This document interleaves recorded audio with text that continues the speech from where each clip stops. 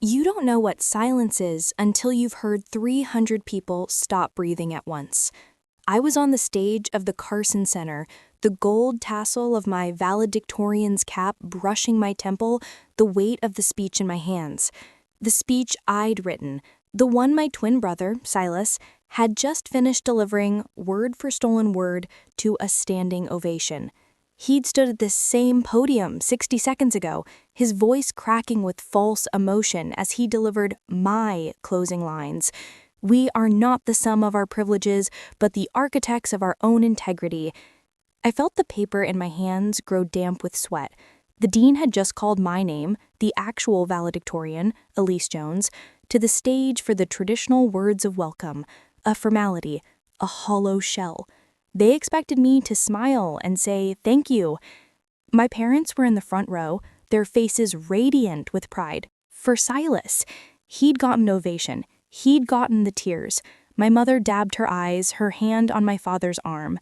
They had no idea the script had been switched. I walked to the podium on legs that felt made of wire. The spotlight was a physical heat.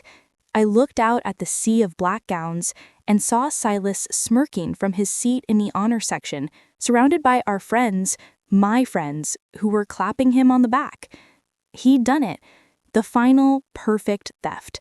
After a year of sabotaged lab reports, deleted thesis drafts, and whispered rumors about my unstable perfectionism, he'd taken the one thing I had left, my voice. The dean, Dr. Abrams, leaned over. "Just a brief welcome, Elise. We're running behind." I adjusted the microphone. My heart wasn't pounding. It was beating a slow, cold, metallic rhythm. I looked at my parents, their expectant smiles. I looked at Silas, his triumph barely concealed. I had prepared a welcome speech. It was polite, forgettable. I dropped it into the wastebasket beside the podium.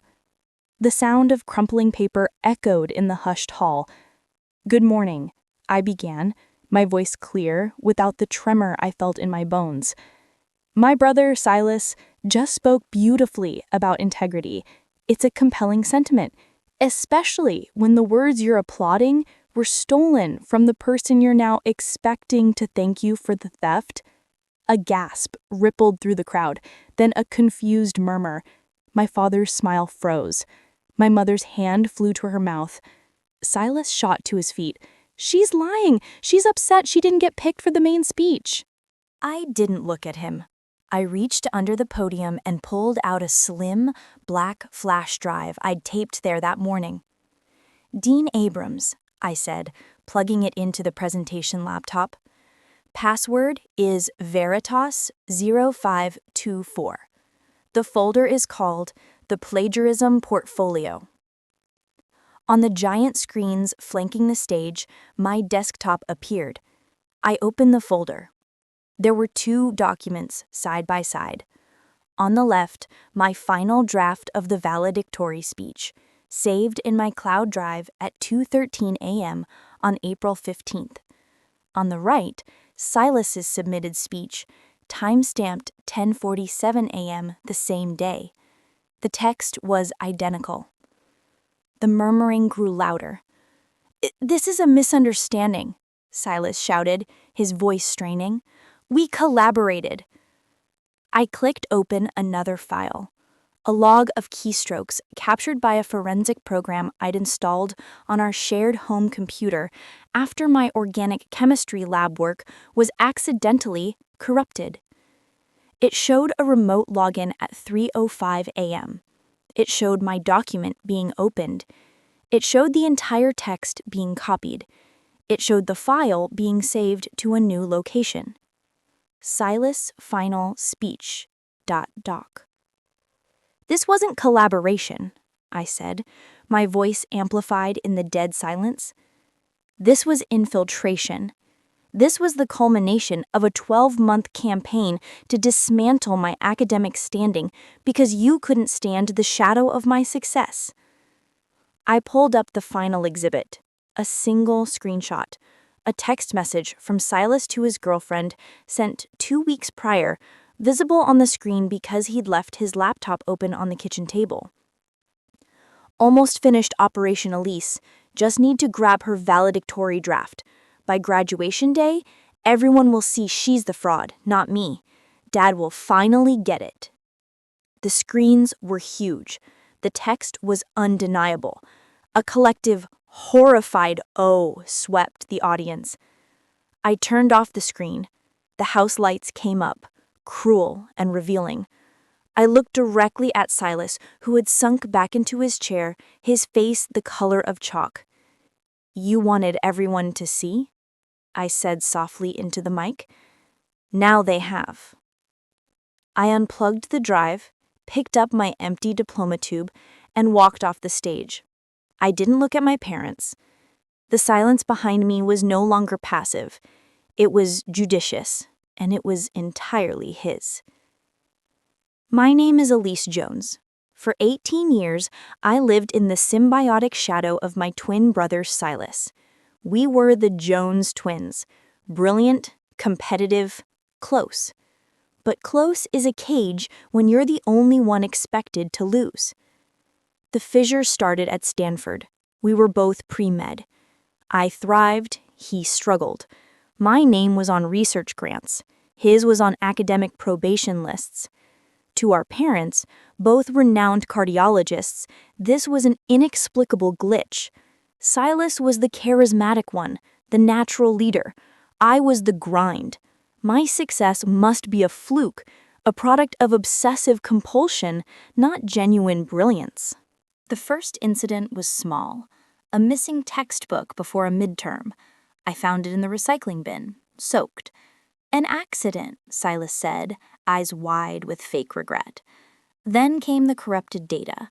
My semester-long genetics research project wiped clean the night before the presentation. The IT report was inconclusive, but the timing was perfect for Silas, who presented a similar and suddenly superior project in his section the next day. The whispers started. "Elise is cracking under the pressure. Did you hear she had to redo her entire gen project? Maybe she's not as solid as she seems." I began to document everything, not out of paranoia, but out of a scientist's need for data. I kept a locked digital journal, dates, times, anomalies. I installed camera software on my laptop after finding it awake when I'd put it to sleep. It captured a remote login from an unfamiliar IP. I traced it. It routed through a VPN, then back to our family's home network in Palo Alto, to Silas's gaming console. Confrontation was useless. He'd gaslight, cry, play the wounded brother. Our parents would mediate, their solution always the same. "You two need to support each other. Silas, apologize. Elise, forgive. You're twins." But we weren't. Not anymore. He was a parasite, and I was the host. The valedictorian race was the final stressor. We had identical GPAs, but the committee would choose based on character, leadership, and the quality of a submitted speech. Silas knew his speech, a rehash of cliches, couldn't beat mine.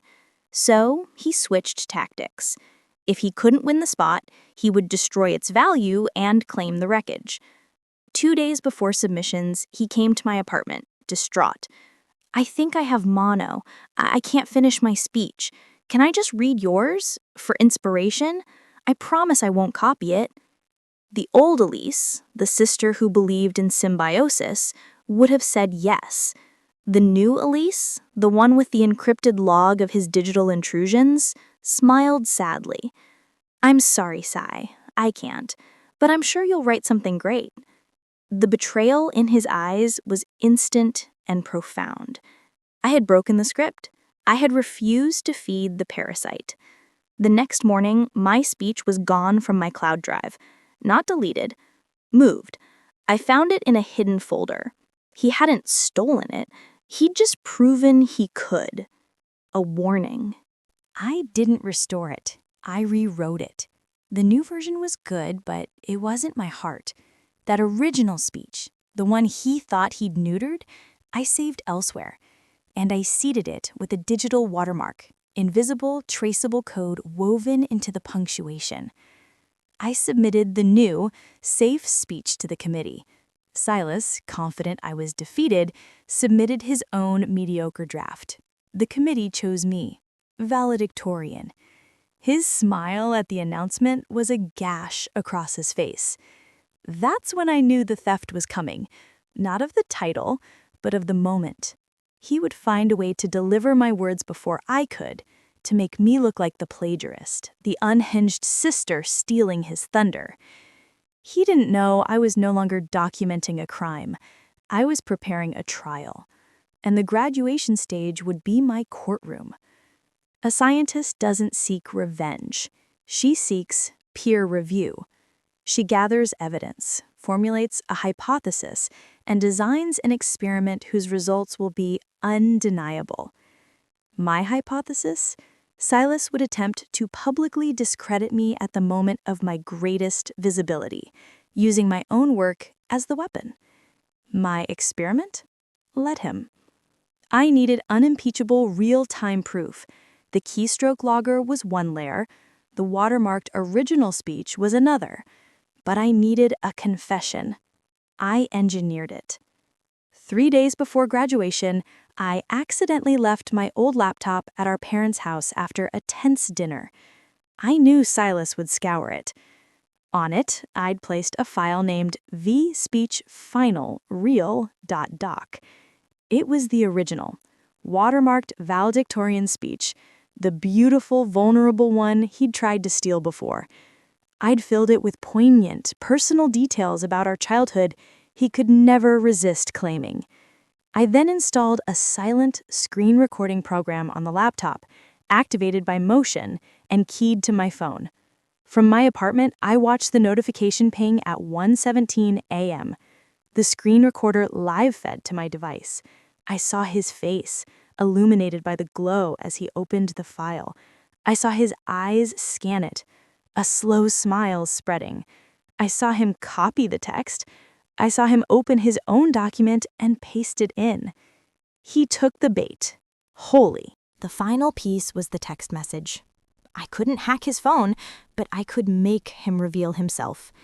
I started a group text with him and our parents about graduation logistics. Then, separately, I texted him something provocative. Mom just told me she saw your draft. She said it's finally the equal of my work. I guess you found your voice after all. His ego, his need to boast to someone who'd appreciate his cunning, did the rest. His reply to his girlfriend flashed on his laptop screen, which my hidden recorder was still capturing. Almost finished Operation Elise. I had the chain of evidence, motive, the text, method, the screen recording of the theft, and opportunity, the keystroke logs and VPN trail. The case was closed before it was opened. I met with Dean Abrams the afternoon before graduation. I presented the evidence not as a victim, but as a researcher presenting findings. There will be a disruption tomorrow during the ceremony. I am prepared to contain it and provide full transparency. I am informing you first as a matter of institutional integrity.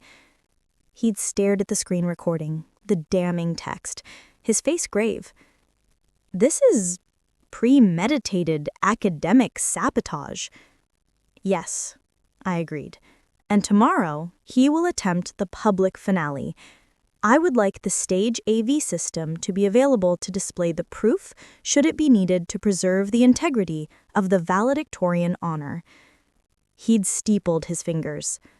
You're setting a trap. No, Dean. I'm providing a demonstration. The trap was set a year ago. I'm just closing it. He agreed. The contingency was in place. When I walked onto that stage after Silas's performance, I wasn't walking into an ambush. I was walking into my own lab, ready to present the results. The only variable was my parents' reaction. That was the one piece of data I couldn't model, and the one that ultimately didn't matter. The aftermath of the stage wasn't chaos. It was a swift, clinical audit. Dean Abrams adjourned the ceremony. The graduating class and their families were ushered out, buzzing with the scandal. Silas, my parents, and I were taken to the dean's conference room.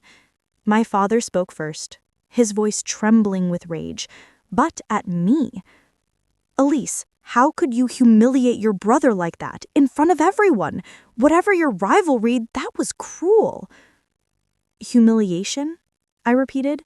I opened my tablet, pulling up the screen recording. "Watch." I played the 3-minute clip of Silas stealing the speech. The room was silent, except for the soft click of keys.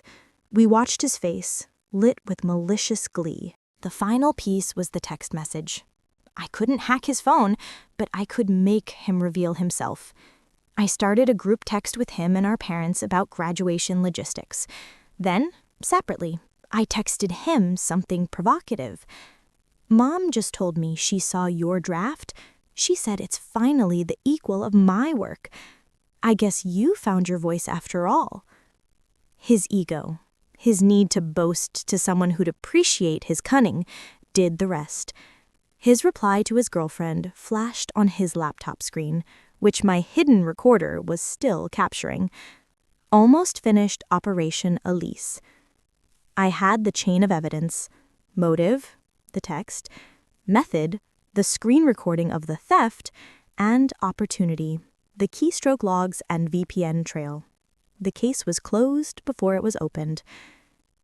I met with Dean Abrams the afternoon before graduation. I presented the evidence not as a victim, but as a researcher presenting findings. There will be a disruption tomorrow during the ceremony. I am prepared to contain it and provide full transparency. I am informing you first as a matter of institutional integrity. He'd stared at the screen recording, the damning text, his face grave. "This is premeditated academic sabotage." "Yes," I agreed. "And tomorrow, he will attempt the public finale.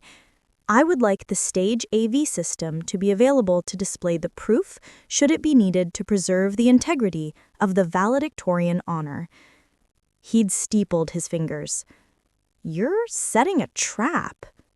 "No, Dean. I'm providing a demonstration.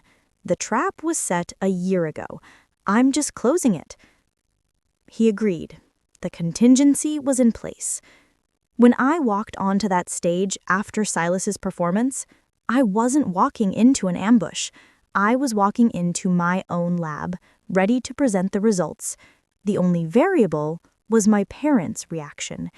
That was the one piece of data I couldn't model, and the one that ultimately didn't matter. The aftermath of the stage wasn't chaos. It was a swift, clinical audit. Dean Abrams adjourned the ceremony. The graduating class and their families were ushered out, buzzing with the scandal. Silas, my parents, and I were taken to the dean's conference room. My father spoke first, his voice trembling with rage, but at me. "Elise, how could you humiliate your brother like that, in front of everyone? Whatever your rivalry, that was cruel." "Humiliation?" I repeated. I opened my tablet, pulling up the screen recording. "Watch." I played the 3-minute clip of Silas stealing the speech. The room was silent, except for the soft click of keys. We watched his face, lit with malicious glee. My mother made a small, choked sound. "Silas, is that true?" He didn't deny it. He deflected. "She drove me to it. She's been rubbing her success in my face for years. You never see it. You always take her side." "There are no sides," I said, my voice quiet. "There's only truth. You didn't want success. You wanted my absence. You tried to erase me. All I did was make the erasure visible." The dean presented the academic consequences. Silas's degree was suspended pending a full disciplinary review. The valedictorian title stood, verified, as mine. The evidence was forwarded to the Honor Council, which would likely result in his expulsion, with the notation of academic dishonesty permanently on his record. Medical school was now an impossibility. My parents were shattered. Their narrative, the brilliant twin doctors, was incinerated. They saw not a rivalry, but a predator. And they saw, for the first time, the daughter they'd asked to constantly forgive as the one who had been fighting a silent war. Silas was ejected from the house, not by them, but by his own shame. He packed a bag and left for a friend's couch. He sent one text, "You ruined my life." I wrote back, "You used my life as your blueprint. I simply cited the source." I left for my prearranged summer research fellowship at the Mayo Clinic 2 days later. The noise of the scandal faded into the quiet, focused work of a real lab. My parents called, tentatively. The conversations were awkward, full of unspoken apologies and dawning realizations. Therapy was suggested, for all of us. I agreed, from a distance. The Honor Council expelled Silas. The notation went on his transcript. He moved to Colorado working in a ski shop. The last I heard, he was talking about going into sales. I didn't feel triumph. I felt a profound, clean quiet. The shadow I'd lived in was gone. Not because I had escaped it, but because I'd turned on the lights and shown it to be empty. I am in my second year of my MD-PhD program now. My research on neural pathways of deception is getting published. The irony is not lost on me. Sometimes at night in the lab, I think of that stage, not of Silas's crumbling face, but of the moment before I plugged in the drive, the moment of absolute clarity. Revenge is not an emotion. It is a correction of the record. It is the act of making the invisible evidence visible. He spent a year trying to make me look like a fraud, so I used the scientific method. I gathered data, formulated a hypothesis, and executed a public experiment. The results were conclusive. They say living well is the best revenge. That's not quite right. Living authentically is the best revenge. It is the one thing the parasite cannot mimic, cannot steal, and cannot understand. I am no longer Elise Jones, the twin. I am Dr. Elise Jones, lead author. And the story is finally, irrevocably, my own.